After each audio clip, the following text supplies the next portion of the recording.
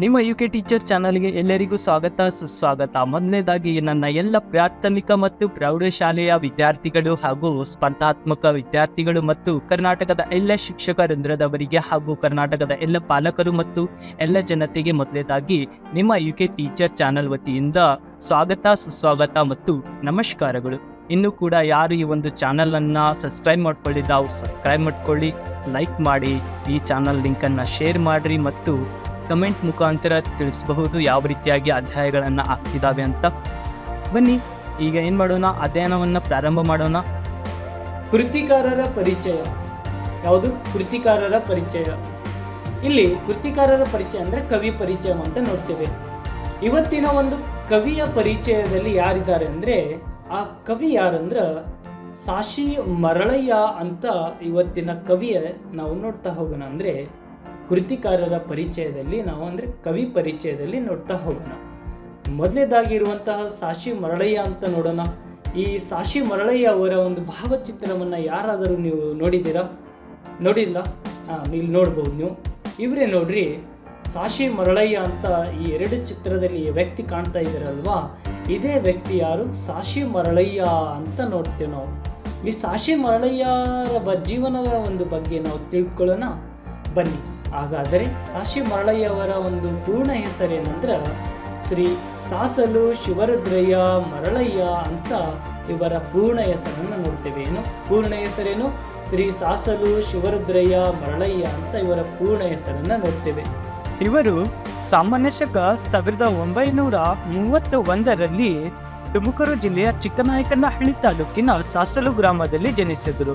ನೋಡ್ರಿ, ಇವ್ರು ಎಲ್ಲಿ ಜನಿಸ್ತಾರಂದ್ರೆ ಚಿಕ್ಕನಾಯಕನಹಳ್ಳಿ ತಾಲೂಕಿನ ಸಾಸಲು ಗ್ರಾಮದಲ್ಲಿ ಜನಿಸ್ತಾರೆ. ಜಿಲ್ಲೆ ಯಾವುದು? ತುಮಕೂರು ಜಿಲ್ಲೆ. ಯಾವಾಗ ಜನಿಸಿದ್ರು? ಸಾಮಾನ್ಯ ಶಕ 1931ರಲ್ಲಿ ಜನಿಸ್ತಾರೆ. ಕರ್ನಾಟಕದ ನಕ್ಷೆ ಇದೆ. ಕರ್ನಾಟಕದ ನಕ್ಷೆಯಲ್ಲಿ ತುಮಕೂರು ಜಿಲ್ಲೆಯನ್ನು ಯಾರಾದರೂ ನೋಡಿದಿರಾ? ನೋಡ್ರಿ, ಇದು ತುಮಕೂರು ಜಿಲ್ಲೆ.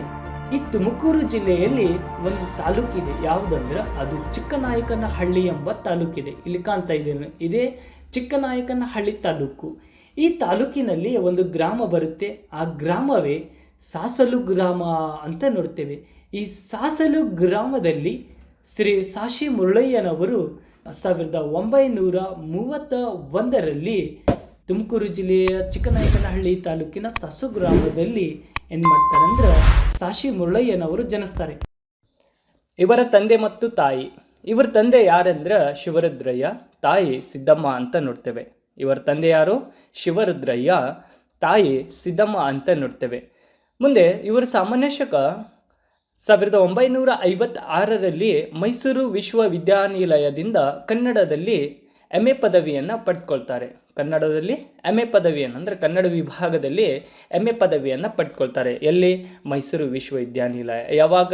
1956ರಲ್ಲಿ ಏನು ಮಾಡ್ತಾರೆ? ಮೈಸೂರು ವಿಶ್ವವಿದ್ಯಾನಿಲಯದಲ್ಲಿ ಕನ್ನಡದ ವಿಭಾಗದಲ್ಲಿ ಕನ್ನಡ MA ಪದವಿಯನ್ನು ಪಡೆದುಕೊಳ್ತಾರೆ. ಯಾರು? ಸಾಶಿ ಮುರಳಯ್ಯನವರು. ಇವರು ಸಾಮಾನ್ಯ ಶಕ 1971ರಲ್ಲಿ ಕರ್ನಾಟಕ ವಿಶ್ವವಿದ್ಯಾನಿಲಯದಿಂದ ಕೆಳದಿಯ ಅರಸರು ಮತ್ತು ಕನ್ನಡ ಸಾಹಿತ್ಯ ಕುರಿತು ಮಹಾಪ್ರಬಂಧಕ್ಕೆ PhD ಪದವಿಯನ್ನು ಪಡ್ಕೊಳ್ತಾರೆ. ಯಾರು? ಸಾಶಿ ಮುರಳಯ್ಯನವರು. ಇಲ್ಲಿ ನೋಡ್ರಿ, ಸಾಮಾನ್ಯ ಶಕ 1971ರಲ್ಲಿ ಕರ್ನಾಟಕ ವಿಶ್ವವಿದ್ಯಾನಿಲಯ ಇದೆ. ಕರ್ನಾಟಕ ವಿಶ್ವವಿದ್ಯಾನಿಲಯ ಎಲ್ಲಿ ಬರ್ತೈತೆ ಅಂದ್ರೆ ಅದು ಧಾರವಾಡದಲ್ಲಿ ಬರ್ತೈತಿ. ಆ ಧಾರವಾಡದಲ್ಲಿ ಬರುವಂತಹ ಕರ್ನಾಟಕ ವಿಶ್ವವಿದ್ಯಾನಿಲಯದಿಂದ ಏನ್ ಮಾಡ್ತಾರಂದ್ರ ಕೆಳದಿಯ ಅರಸರು ಮತ್ತು ಕನ್ನಡ ಸಾಹಿತ್ಯ ಕುರಿತು ಏನ್ ಬರ್ತಾರೆ ಅಂದ್ರೆ ಒಂದು ಮಹಾಪ್ರಬಂಧವನ್ನ ಬರೀತಾರೆ.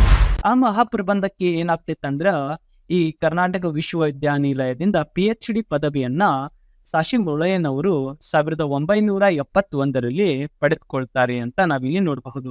ಈ ಚಿತ್ರದಲ್ಲಿ ಕಾಣ್ತಾ ಇದೀನಿ ನೋಡ್ರಿ, ಕೆಳದಿಯ ಅರಸರು ಮತ್ತು ಕನ್ನಡ ಸಾಹಿತ್ಯ ಅಂತ ಒಂದು ಮಹಾಪ್ರಬಂಧ ಇದೆ ನೋಡ್ರಿ. ಇದಕ್ಕೆ ಏನ್ ದೊರಕಿದೆ? PhD ಪದವಿಯನ್ನ ಕರ್ನಾಟಕ ವಿಶ್ವವಿದ್ಯಾನಿಲಯದಿಂದ 1971ರಲ್ಲಿ ಪಡೆದುಕೊಂಡಿದ್ದಾರೆ. ಮುಂದೆ ಸಾಮಾನ್ಯ ಶಕ 1995ರಿಂದ 1998ರವರೆಗೆ ಕನ್ನಡ ಸಾಹಿತ್ಯ ಪರಿಷತ್ತಿನ ಅಧ್ಯಕ್ಷರಾಗಿ ಸೇವೆಯನ್ನು ಸಲ್ಲಿಸಿದ್ದಾರೆ. ಯಾರು? ಸಾಶಿ ಮರಳಯ್ಯನವರು. ಎಲ್ಲಿಂತ್ರ ನೋಡ್ರಿ, ಸಾಮಾನ್ಯ ಶಕ 1995ರಿಂದ 1998ರವರೆಗೆ ಏನು ಮಾಡಿದ್ದಾರೆ ಅಂದರೆ ಇವರು ಕನ್ನಡ ಸಾಹಿತ್ಯ ಪರಿಷತ್ತಿದೆ. ಇಲ್ಲಿ ಚಿತ್ರದಲ್ಲಿ ನೀವು ನೋಡ್ತಾ ಇದ್ದಾರಲ್ಲ, ಕನ್ನಡ ಸಾಹಿತ್ಯ ಪರಿಷತ್ತು. ಈ ಕನ್ನಡ ಸಾಹಿತ್ಯ ಪರಿಷತ್ತಿನ ಅಧ್ಯಕ್ಷರಾಗಿ ಏನು ಮಾಡಿದ್ದಾರೆ ಅಂದರೆ ಸೇವೆಯನ್ನು ಸಲ್ಲಿಸಿದ್ದಾರೆ. ಮತ್ತು ರಾಜ್ಯ ಭಾಷಾ ಆಯೋಗದ ಸದಸ್ಯರಾಗಿಯೂ ಕೂಡ ಏನು ಮಾಡಿದ್ದಾರೆ ಅಂದರೆ ಸೇವೆಯನ್ನು ಸಲ್ಲಿಸಿದ್ದಾರೆ. ಯಾರು? ಸಾಶಿ ಮರಳಯ್ಯನವರು ಅಂತ ನಾವಿಲ್ಲಿ ನೋಡಬಹುದು. ಮುಂದೆ ಅವ್ರು ಏನು ಮಾಡ್ತಾರೆ ಅಂದ್ರೆ ಕೆಲವು ಕೃತಿಗಳನ್ನು ಬರೀತಾರೆ. ಅವ್ರು ಏನು ಮಾಡ್ತಾರೆ ಅಂದ್ರೆ 90ಕ್ಕೂ ಹೆಚ್ಚು ಕೃತಿಗಳನ್ನು ಏನು ಮಾಡಿದ್ದಾರೆ ಅಂದ್ರೆ ರಚಿಸಿದ್ದಾರೆ. ಯಾರು? ಸಾಶಿ ಮರಳಯ್ಯನವರು. ಆ ಕೃತಿಗಳನ್ನು 90ಕ್ಕೂ ಒಂದು ಹೆಚ್ಚು ಕೃತಿಗಳಿದಾವಲ್ವ, ಅದರಲ್ಲಿ ಕೆಲವು ನಾನು ಏನು ಮಾಡಿದ್ದೇನೆ ಅಂದರೆ ಅವರ ಕೃತಿಗಳನ್ನು ನಾನಿಲ್ಲಿ ನಿಮಗೆ ನೀಡಿದ್ದೇನೆ. ಅವು ಒಂದೊಂದಾಗಿ ನೋಡ್ತಾ ಹೋಗೋಣ. ಇವರ ಪ್ರಮುಖ ಕೃತಿಗಳನ್ನು ಇಲ್ಲಿ ನೋಡ್ತಾ ಹೋಗೋಣ. ಕಾವ್ಯಗಳಾಗಲಿ, ಕಾದಂಬರಿಗಳು, ನಾಟಕ, ಕಥಾಸಂಕಲನಗಳು, ಸಂಶೋಧನಾ ಕೃತಿಗಳು, ವಿಮರ್ಶಾತ್ಮಕ ಕೃತಿಗಳನ್ನು ಅವರು ಬರೆದಿದ್ದಾರೆ. ಇವೆಲ್ಲವುಗಳನ್ನು ಒಂದೊಂದಾಗಿ ಇಲ್ಲಿ ನೋಡ್ತಾ ಹೋಗೋಣ. ಇವರು ಬರೆದಂತಹ ಒಂದು ಕಾವ್ಯಗಳಲ್ಲಿ ಯಾವ್ಯಾವ ಇದಾವೆ ಅಂದರೆ ಶಿವತಾಂಡವ, ಕೆಂಗನಕಲ್ಲು, ರಾಸಲೀಲೆ ಮತ್ತು ರೂಪಸಿ ಅಂತ ಈ ಕಾವ್ಯಗಳನ್ನು ಸಾಸಲು ಶಿವರುದ್ರಯ್ಯ ಮರಳಯ್ಯನವರು ಬರೀತಾರೆ.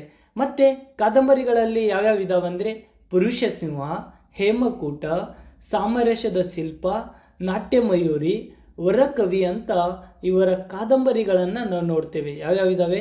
ಪುರುಷ ಸಿಂಹ, ಹೇಮಕೂಟ, ಸಾಮರಸ್ಯದ ಶಿಲ್ಪ, ನಾಟ್ಯಮಯೂರಿ ಮತ್ತು ವರಕವಿ ಇವರ ಕಾದಂಬರಿಗಳು. ನಾಟಕದಲ್ಲಿ ನಾವು ನೋಡ್ತಾ ಹೋದರೆ ವಿಜಯವಾತಾಪಿ, 2 ನಾಟಕಗಳು, ಮರೆಯಬೇಡಿ ಅಂತ ನಾವು ನಾಟಕಗಳನ್ನು ನೋಡಿದ್ರೆ, ಕಥಾ ಸಂಕಲನಗಳಲ್ಲಿ ನೆಲದ ಸೊಗಡು ಅಂತ ನೋಡ್ತೇವೆ. ಯಾವುದು? ಕಥಾ ಸಂಕಲನದಲ್ಲಿ ನೆಲದ ಸೊಗಡು ಅಂತ ನೋಡ್ತೇವೆ. ಸಂಶೋಧನಾ ಕೃತಿಗಳಲ್ಲಿ ಬಂದರೆ ವಚನ ವೈಭವವಿದೆ. ಯಾವುದು? ವಚನ ವೈಭವ, ಸ್ಪಂದನ, ಅವಲೋಕನ ಇವ್ಯಾವ್ಯಾವ ಸಂಶೋಧನಾ ಕೃತಿಗಳು ಎಲ್ಲವು. ವಿಮರ್ಶಾತ್ಮಕ ಕೃತಿಗಳಂತ ಬರ್ತವೆ.